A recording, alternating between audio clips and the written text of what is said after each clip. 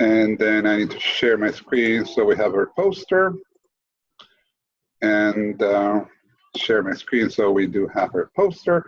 And finally, I can introduce HANIYE RAZAVIVAND FARD,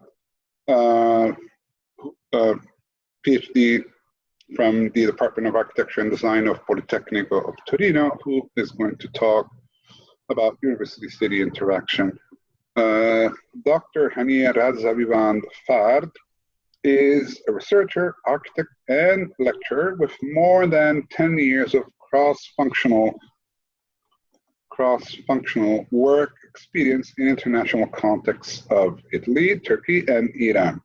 She has a double PhD degree in architecture, history and project at the Politecnico of Torino, and architectural design program of Istanbul Technical University. The main research topics focus on architectural and urban design studies, spatial and social aspects, multi-criteria analysis, sustainability, morphology, and urban form, public spaces, educational spaces, and university-city interaction. So that very last topic, university-city interaction, is the topic of her lecture today. So when you are ready, HANIYE, you can share your screen and go live. Okay.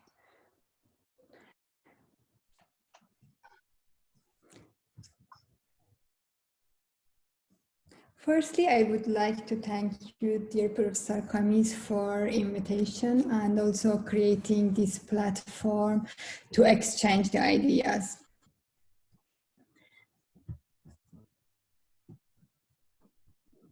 Okay, I think I have the screen shared.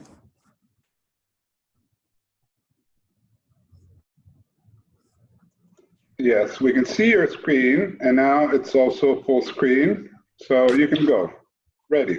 Anyone, please mute your microphones, and if you would like to make a question, you can do it at the end. But for this, you might want to put a note on the chat so we take note of your request, okay? Okay. I want to start my presentation from this point that exactly we are. Sorry. I see a black screen right now. Okay, I reshare. What I see now is black, completely black. Okay, I reshare it. Do you have two screens by chance? No, I have one. Okay.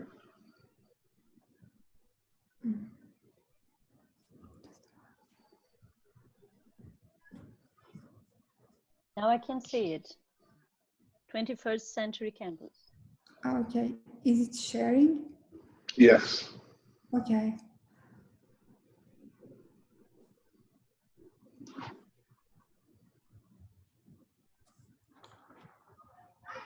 Is it okay now? That is the problem. When you go full screen, it goes black, so maybe you can leave it not full screen. Okay. It is probably sharing the full screen somewhere else. Yes, that's okay. Okay, then let's go like that.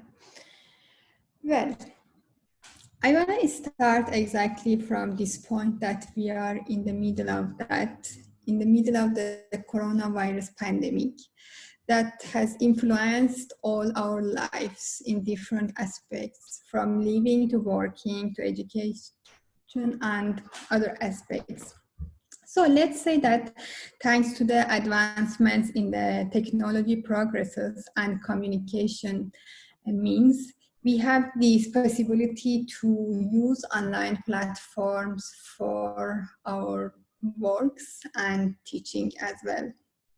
I remember that in one part of my thesis, which is related to the educational spaces, I was discussed that if these new technological advantages and progresses are in way, can it take the university space and promote the education as the virtual education? the thing that we are practicing it now in our new mode of education by the online platforms. Actually, I want to say no. We need also the real place for the educational practice and teaching, because we as human beings need to be in contact with other humans and also exchange the ideas to have the face-to-face interactions. So from this point, let's say that we have two types of learning. One is formal learning and the second mode is informal learning. The formal learning is mainly occur in the formal educational spaces like the classrooms, laboratories, the amphitheaters, and research centers. But the second type of the learning, which is informal learning, is mainly take place in the informal spaces like the corridors of the university, in the courtyard, the spacious lawns of the campus, and also the open spaces outside the classrooms where people have the chance to meet each other and exchange their ideas. So in this sense, many new needs are going to be in the stage of the education, and the new spaces needed for them. Like the terms like the joint venture hubs, innovative centers, and like that are the places that are responsible for the new modes of the education. From this point, we can say that it is the mission and the vision of the university that defines the needs of the education. So we have walked a long path during the history of the higher education system. Initially, the main purpose of the education in the universities were the teaching, and it was the first mission of the universities at the foremost. And there was specific topics which were taught for the students like theology, philosophy, law, and medicine.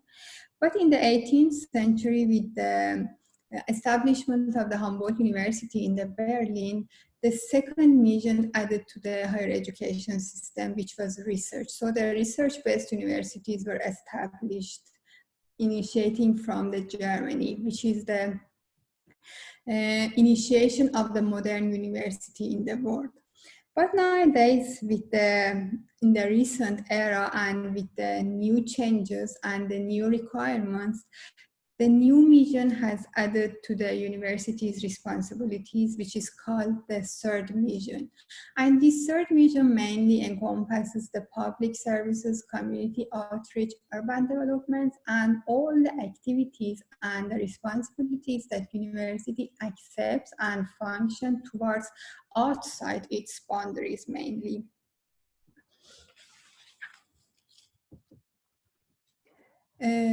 These third mission activities create a situation that a university plays an active role in the urban dynamics of its society. So university engages in new partnerships, new sort of relationships with the society. It creates partnerships with the industry, with the businesses, with other academic spaces, and also it's an active element and agent in the urban transformation of its surrounding urban context, mainly in the deteriorated areas. Well, it can be noticed that the idea of the university education is always have been associated with the idea of the place. Having looked at the history of the foundation of the university, we face the University of Bologna, which is established in the 12th century and in Italy, the city of Bologna, and is the first university and the prototype of the new university system. after its institutionalization. It can be noted that from the first stage of university establishment in the Europe, these institutions, when they didn't have the purpose-built buildings for themselves, so they were held, the education were held in the existing building inside the city, within the existing buildings, which were rented by masters, and there the masters and the students were gathered together for their teaching issues. This trend followed in other cities of the Europe, like Padua, Paris, and other cities, and little by little, governments noticed that the university and the system is can be the symbol of power and prestige for their cities. So from that point, universities started to obtain their purpose-built buildings, which were mainly massive, impressive, and distinguishable buildings inside the urban context. And the important issue is that from the first point, university and the city were interacted with each other, as the buildings of the university were sprawled around the urban space. So both the entities, university and city, were in need of each other for their requirements. University was the engine for the economic and social development of the city, and the city was providing services, accommodation for the university space. A second type of university setting, which is important in the history of the university education, is the collegiate system of England. In this system, which is very common, and Oxford and Cambridge are its archetypes, mainly started from the 16th century. This system is developed based on the colleges, which were the buildings, which were the edifices that was providing a space for the communally living of the masters and students at the same place. And it was providing the abilities of living, studying, and socializing inside their edifices. These edifices were mainly quadrangle and gated buildings shaped around the main courtyard, the central courtyard, and they were introverted. And the reason was protecting the students from the outside world.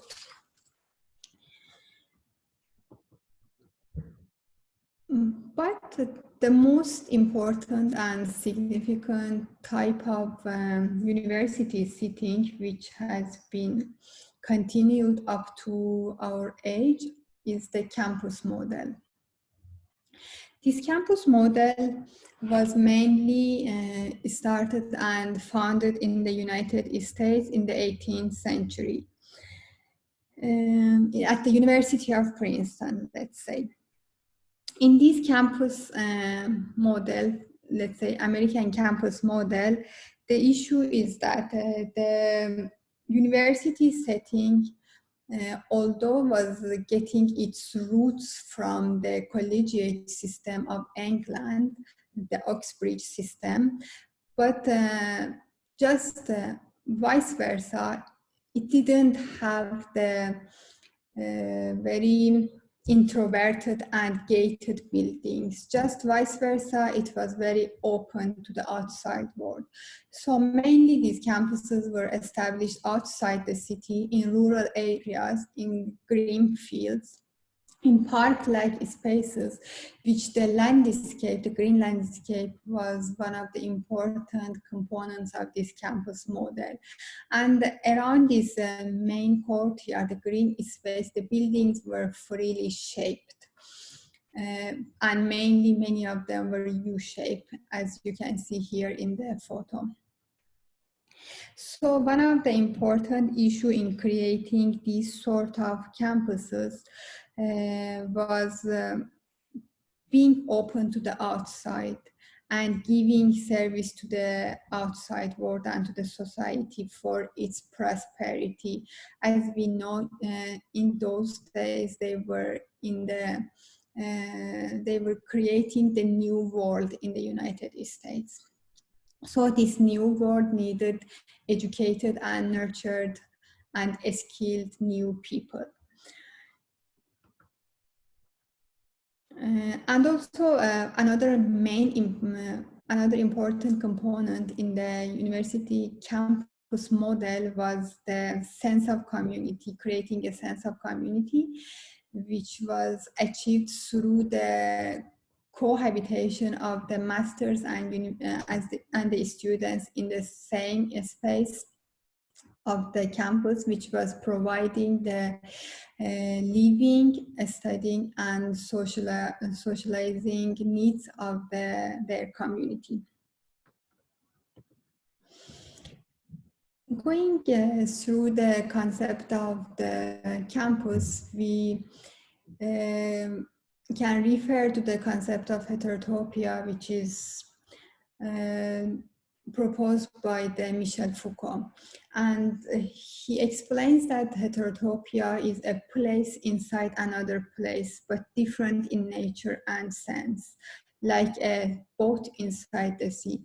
So the aim of creating the campus had similar conceptions like the heterotopia that Foucault mentions. So from this background, we are going to have a look at the university and city interaction. To what extent they are integrated or separated from each other. Within the course of the history, the physical form of the universities and their relationship with their surrounding urban space have been fluctuated between being separated or being connected. And this was mainly influenced by the social, cultural, political, and economic conditions that dominated the era and also the local context. Well, in the era that universities are establishing themselves as the main and major agents of creating the synergies inside the urban space, as the main players of the urban and social life, and also contributors of the economic prosperity, it is very important to understand the level of their integration or separation. So in this sense, their integration or separation has two extreme points, as you can see here, but also there are other typologies that universities create through their morphological characteristics to interact with their urban space. We have two points at this range, which is the campus as the city, and also the second one, city as the campus. Campus as the city is when the campus functions as an autonomous entity. It is completely isolated from the urban fabric. These sort of campuses embrace all of the functions which are required for the full-time presence of people and students inside their setting. And they house living, researching, educating, recreation, socialization, and living amenities. These facilities include teaching halls, laboratories, amphitheaters, libraries, labs, sport centers, shopping centers, dormitories, medical centers, cafes, restaurants, and so on. In this sense, doing so, the inhabitants and students can have access to all their needs inside the campus boundaries, and they don't need even to go outside the campus. Many of these campuses as well welcome the users from outside and share their facilities with the public as well. These precincts are mainly located in the remote areas from their city centers, and based on their typologies, the extent of this remoteness differs. For example, in some of them, they are completely remote, some of them are attached, and some of them are gated entities. But generally, they are independent from their surrounding urban space and completely autonomous. And in the second end of the range, we have the city as the campus, which is deep and integrated to the surrounding urban context. Therefore, in these type of university campuses, they don't address all the needs of the students, like for living, socializing, and so on. And mainly these sort of campuses are located inside the urban spaces and in a close interaction with the surrounding city.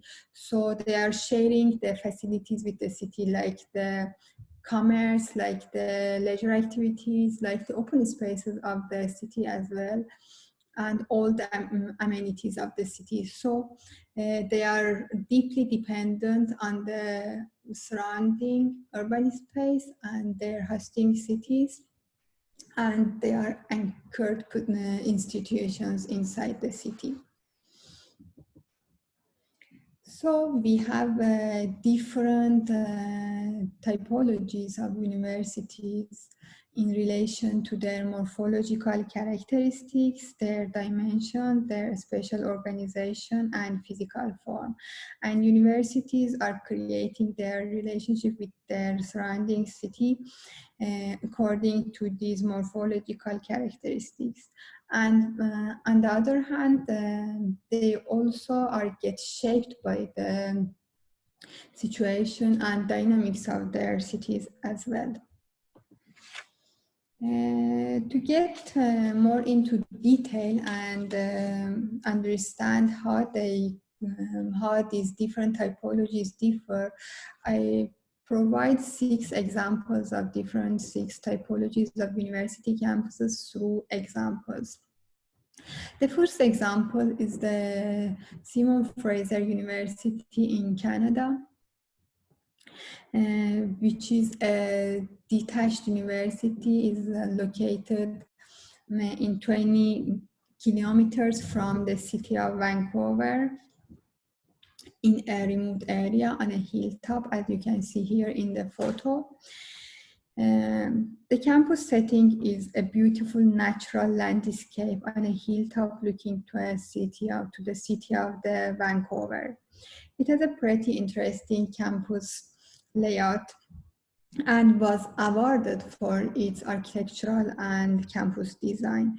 The idea behind this campus design was creating a space in a horizontal way instead of creating tall buildings with terraces that seems that the buildings are melting into inside the natural landscape of the surrounding.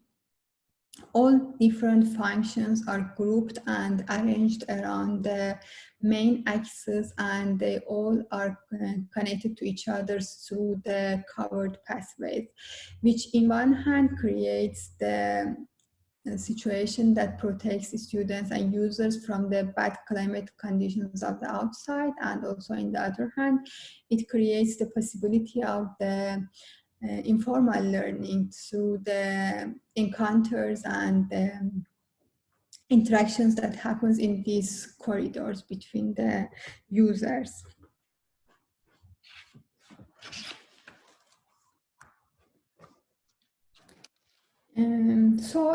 This campus, being a remote campus from the adjacent city of the Vancouver, needs to have all the facilities inside its setting, like the residences, the sport facilities, exhibitions, and all the other amenities which provides for the students and users.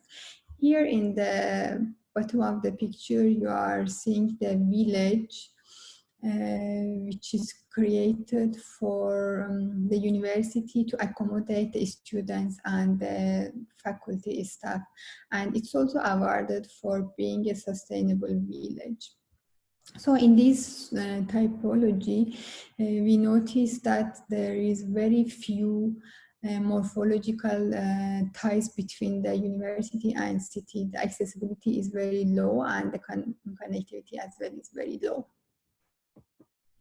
The second typology is the one that is located outside the city, in the city peripheries, outskirts. So not that remote, attached to the city, but is still separated from that. Here we have the example of the ETH Zurich, the Hungerberg campus. ETH Zurich has different campuses also inside the city, but this one is the main campus which accommodates all the different departments and facilities of the university. And it's in 6 kilometer distance from the center of the city of Zurich. It's established in 1960s with the mainstream of those era, which the university campuses in Europe were establishing at the outskirts of the cities. So it was lacking the needed vitality. And as a result, a new redevelopment plan was provided for the university in 2003, which aimed to change the Hungerberg campus to the science city. And it was awarded in 2010 for that. The aim of this new redevelopment project was changing the original monofunctional campus to a lively campus, which creates a link between academia, industry, and the general public. So the master plan designed very flexible, which could address the new needs and the new changes of the future.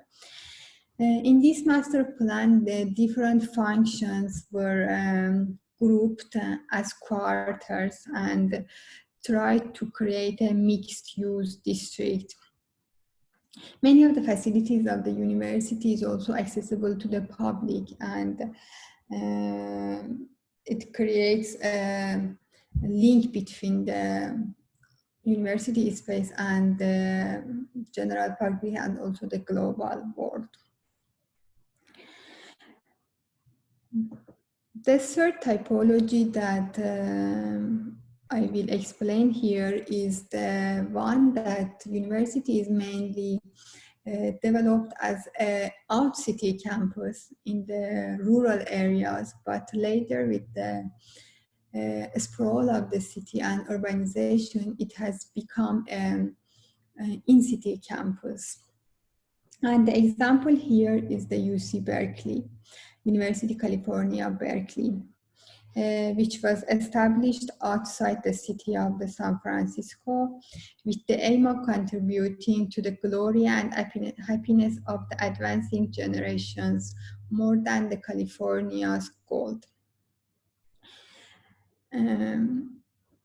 It was established as a remote campus and enjoying the countryside position, but now with the sprawl of the surrounding city, it's inside the urban fabric and is surrounded by the business downtown, by the scientific research centers, and also Clark Care campus.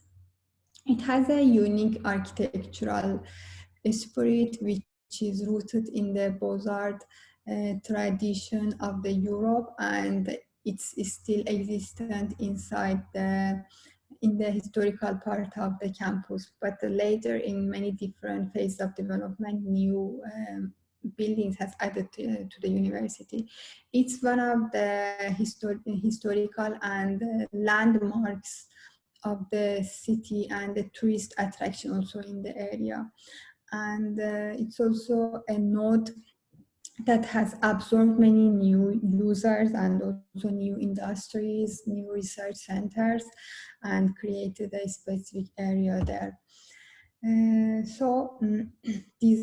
you can see some of the landmarks of the university, the Satter Gate, and also the company.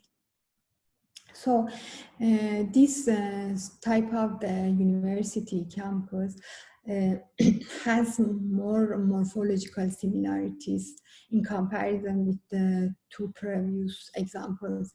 It also has a high level of accessibility and connectivity to the urban surrounding space.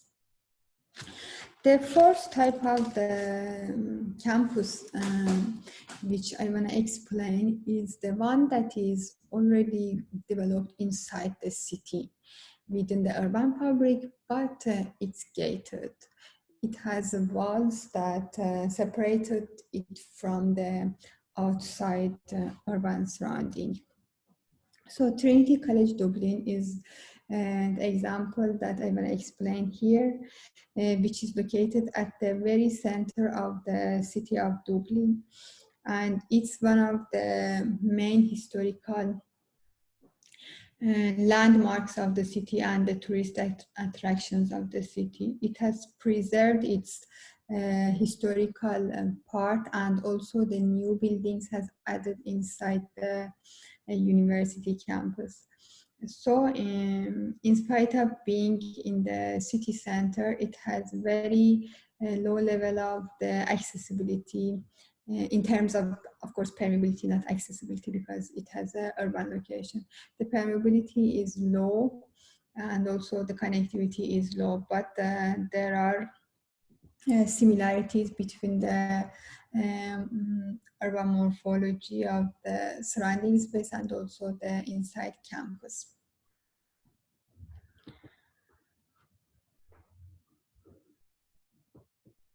The fifth typology is the one which is integrated to the urban space, and Harvard University is the best example of this typology. Harvard University is the first American university that was established in 17th century after the colonization period. Where in the United States there was a strong belief that the new world requires the educated people for their prosperity.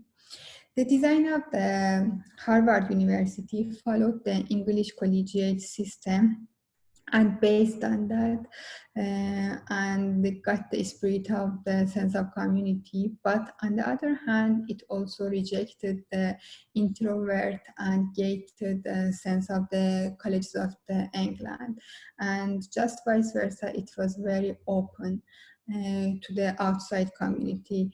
It was evolved with its surrounding urban context, and from the first point, it was very integrated to the surrounding urban space. It was established as a single building within a park-like urban space, and now it's a huge university which is still integral part of the urban space.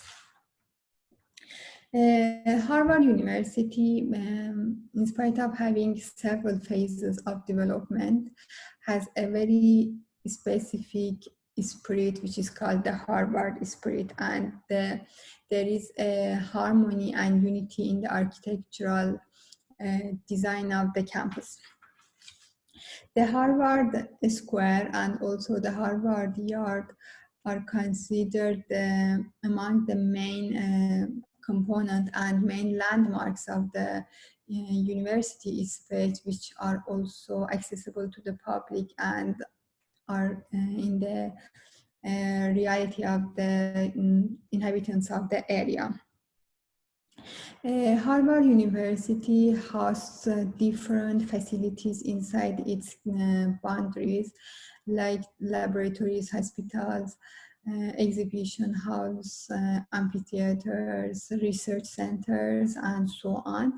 And many of these facilities are also shared with the public. And this status has created a sense of safety also in the environment as well. Harvard University is very accessible. The campus is very accessible. It has the high level of morphological links with the surrounding urban space, the high level of connectivity and permeability as well. And the last typology is Uppsala University.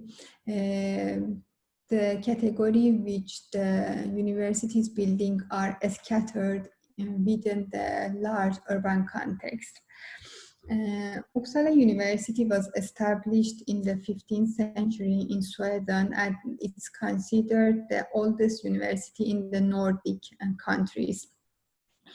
It's been founded along with other impressive institutions in the town like churches and castles in the golden age of the Sweden. And it was established in stone houses near the cathedral. So from the first point, this university was very anchored to its surrounding urban space, and it was resided inside the buildings, existing buildings of the surrounding urban space. Doing so, the level of integration is very high, it is very accessible, and also the level of permeability and connectivity is very high as well. Well, here we have the morphological maps of the 6 typologies that explained before. Here we can see that when the university is separated from the urban space, like in the top maps that you can see here, the level of morphological ties are very low. And as we are approaching to the very integrated one, the level of the morphological links are getting higher. Also, the similarity between the morphological characteristics of the surrounding and also inside the campus are increasing in the integrated campuses and also the scattered campuses. Here I want to conclude my discussion to pointing out to some morphological dimensions of the university campuses. So as I explained before, universities, the contemporary universities, are key agents in social, cultural, economic, and physical development of their societies. For this purpose, their physical setting and their relationship with their urban context play a great role, and they need to enhance the livability and quality of urban life. They also the economic engines that provide the possibilities for employment for the industries, new startups and businesses, as well as generation and dissemination of knowledge, which is their first mission. Universities do these new responsibilities through their physical form as well, and the various morphological dimensions of universities are essential in shaping this relationship between the university and the city. These morphological these morphological dimensions can be the location of the university, their boundaries and permeability, the accessibility, the connectivity, the type of the activities and land uses which are occurring inside the campus, the spatial layout of the campus, and also the arrangement of the open spaces. Well, an integrated campus enhances the flow of synergies and improves the urban vitality. A university campus, to be lively and vital, needs to be active, accessible, permeable, safe, and provide opportunities for the presence of people for their diverse activities. Thank you for your consideration. Thank you very much, Haniye, for this very interesting presentation about the different universities and their different types and their moreover relationship with the surrounding urban tissue, which is probably the most interesting part of the research. If anyone would like to make a comment, please raise your hand or drop a note in the chat there so we can take the comments.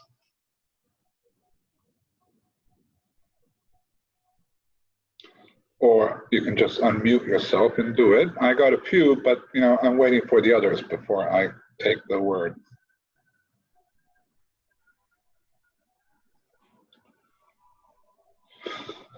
What about the students of 402? Do we have anyone from 402 here? They are designing a faculty of architecture, so this topic is very much, should be interesting for them. Anyone would like to comment? Yazamin, are you raising your hand?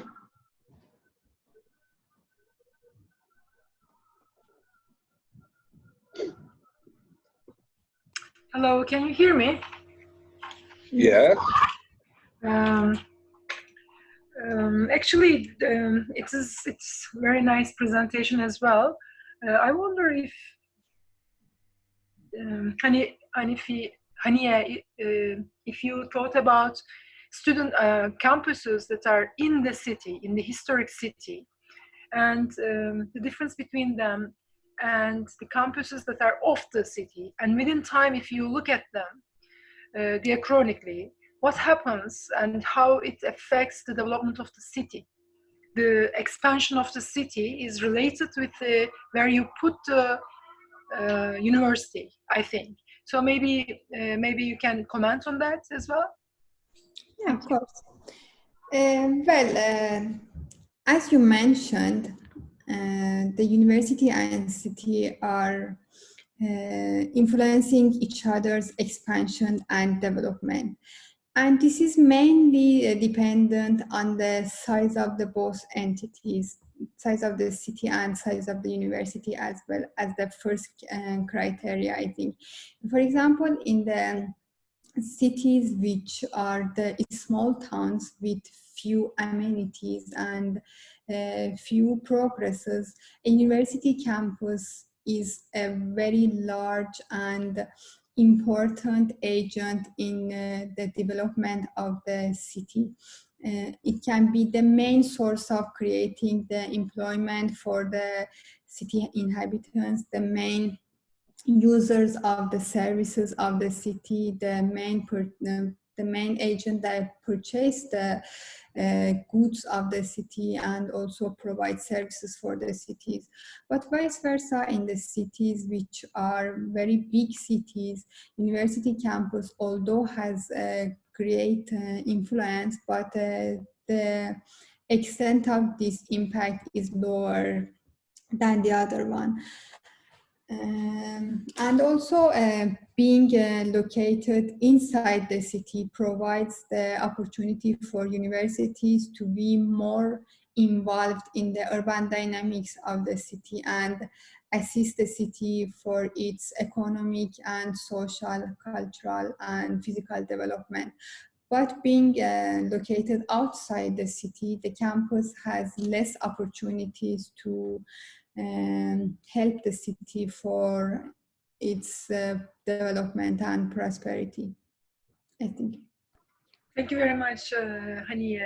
It was very helpful. I appreciate it. Thank you for the question. Can I say something? Yeah, please do. Sure, you're very welcome to do so.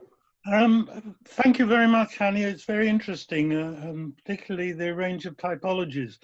And I was very interested, you showed me a picture of Oxford, where I'm sitting at the moment. But I've had a project in mind, which I can't do because I don't have the IT skills, to map the monoculture that Oxford has become. I wrote something in, I don't know whether I can get it up.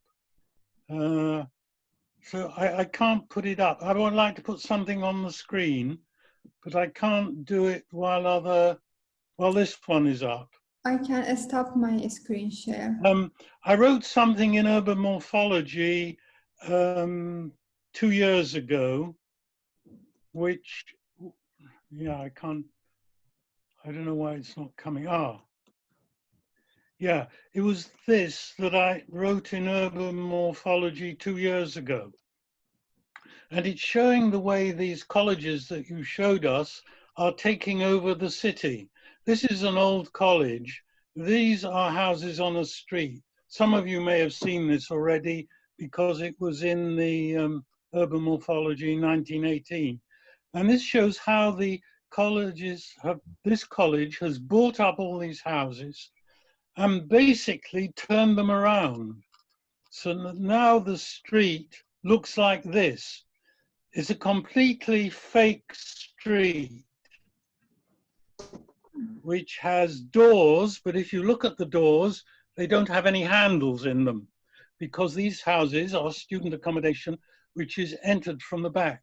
So I don't want to be completely negative, but this is a sort of impact that universities can have on the city. And I wondered if your investigations, you might consider that, because they have an economic power in a city like Oxford, as you mentioned, which is far beyond that of ordinary people and their ability to actually live in the center.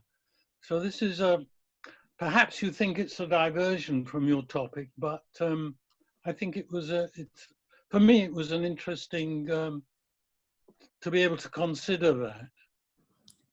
Thank you. Thank you very much for this interesting sharing and the question.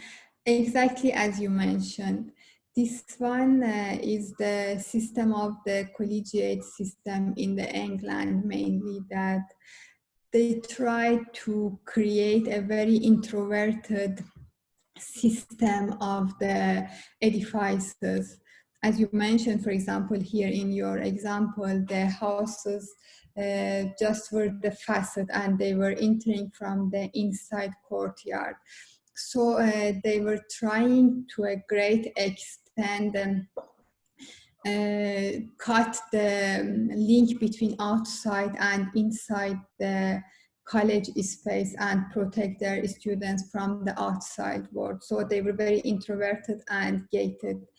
But here in my research, I'm mainly advocating the concept of opening to outside world as much as possible, as much as the reality of the local context can give that permission for the universities to do so.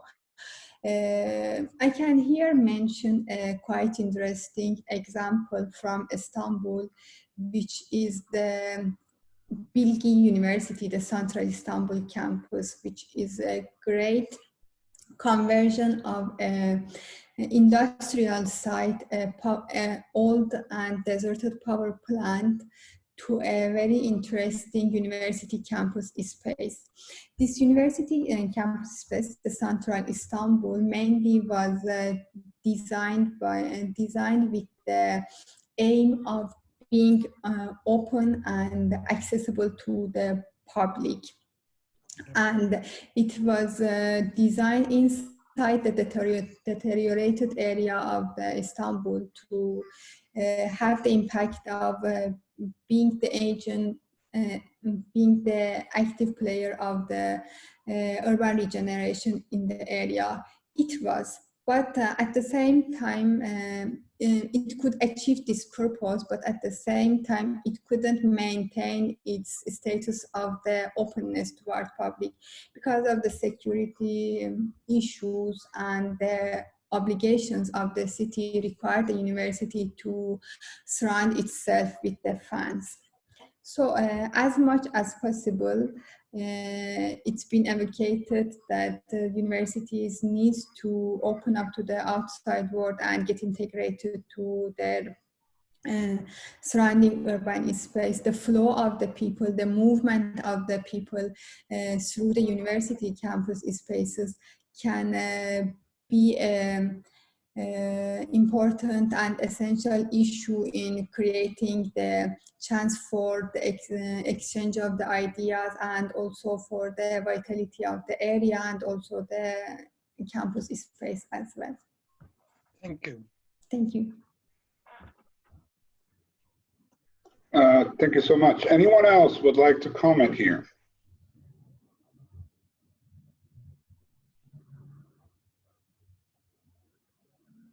Yes, Alessandro, can I, sorry. Yeah, please do. Yeah, can I share something that I worked on in Oxford a few years ago? Please do, Matthew. Yeah, this was a proposal for Kellogg College in North Oxford, part of the kind of North Oxford, just a moment, just find it, of the North Oxford development, which in the 19th century was this collection of Gothic villas just located just north of the University Parks on the Banbury Road. And we were invited to look at how the university, how the college might expand from the 5 or 6 houses that owned and accommodate another 225 students on site. It's just up in here north of the city on a site which is morphologically quite different to the rest of the university, because it's 19th century villas which have become adopted by the university, and we ran a charrette with them. And these were some of our thoughts. So you can see this sort of records the urban form as it exists, with these very large and paired villas and some single freestanding villas, all of them listed, and in fact the neighbourhood listed. The fences between the houses are also listed, which are these things, and there are significant trees everywhere which are also listed for a very conservation heavy environment. And these were the kinds of ideas we came up with. This was one idea where you hide the extra accommodation behind each house, so preserving the kind of castellated facade, if you like, of villas and gardens. And this was another one where you actually you kind of filled in around each plot in a way which was much more typical in a way, as sort of, oops, there goes the cat, filling around each yard and kind of fitting the blocks so that you created these kind of sort of quads, but open garden quads, and kept the aspect at the back of each building, creating a kind of central quad behind the building and a hub building. In the end, of course, actually the college managed to solve their accommodation problem by simply buying more of these houses. And so the only part of this that they built was a kind of a building here which serves as a kind of college hub with cafe and quiet reading space, a present room which they can use as a kind of function hall and lecture, kind of informal lecture space. But it was really interesting looking at what building on what Ivor said, at the way that the university has spread far beyond the kind of original collegiate quad model which everybody understands Oxford to be, and is actually kind of, if you like, metastatizing out through the whole fabric of Oxford, and occupying, I think, practically every building in this block of North Oxford is a university function or some sort of it. This was a separate institution.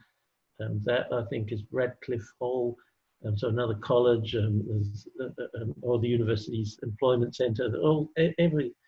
Practically every building here, and some on the other side of Banbury Road, were occupied by university functions. So, you know, when we talk of Oxford as a model, we need to look at the way Oxford works now, which is that it's kind of occupied practically everything in the central city, apart from the commercial streets. And that's why I enjoyed Ivor's original article so much, because it kind of talked about the sterilization that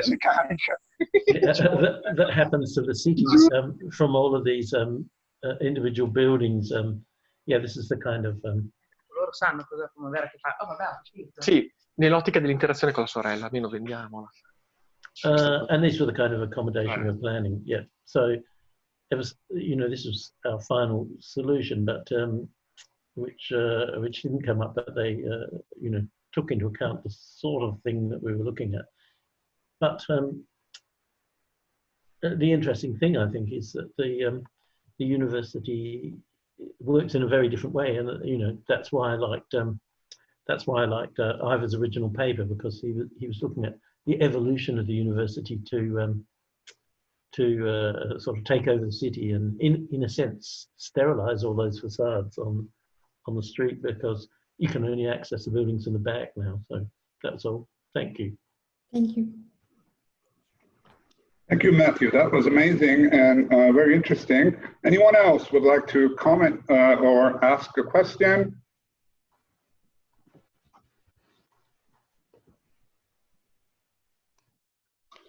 So I guess I'm going to go with mine, which is a very general one, related to the origin of the university and today. So we're all asking ourselves, what is the university? And now that we don't have the buildings anymore, so I guess in the entire world, people are doing education without the buildings. And so that's not good, of course, but I believe university is not the buildings. So it might be in the buildings, it might be outside of the buildings. And what we're doing today is university without the building. It is more the relationship between the people than the building, which is containing that relationship. But when I go back to the medieval origin of university and the word itself, universitas, which in Latin has nothing to do with universality of culture, as many people think, but it is a union. It is in the Middle Ages, Universitas Carpentarorum or Universitas Caligalorum. That's the union of the shoe workers or the union of the carpenters. It's a syndicate, okay? Bringing together as a body or a guild, you know, also known as a guild in the German world, bringing together all those who are doing one activity, building, you know, masons, carpenters, whatsoever. And then Universitas Studiorum, which is what we take as university today. Most of them have, you know, they have this University of the Studies in their name, is the collection of all those people who are doing law studies, Universitas Studiorum. So it is like in the 11th century that for certain political reasons, they organize all those who are doing practicing law and put them together, and they have the Universitas Studiorum as the union of those people practicing law and teaching law. And that is the university. That is where it comes from. And it was no building at that time. They were doing that activity inside their own row house. The Sapienza University was started in the block where the historical Borromini, you know, design Sapienza building is today, but in a time where there was no building, there were just row houses, and we have documents proving that these people were teaching inside those, you know, shop row houses. Again, university is not the building, university is the people, and today we can prove that this is true by doing what we're doing. We have a community of people sharing knowledge, discussing. That is university, okay, not the building. Nevertheless, buildings are very important for morphological studies. And so I think that was quite useful. So this is a general remark. I beg your pardon, Haniye, for not getting into the topic. But if there's anyone else, no one else? So if no one else is in for a comment,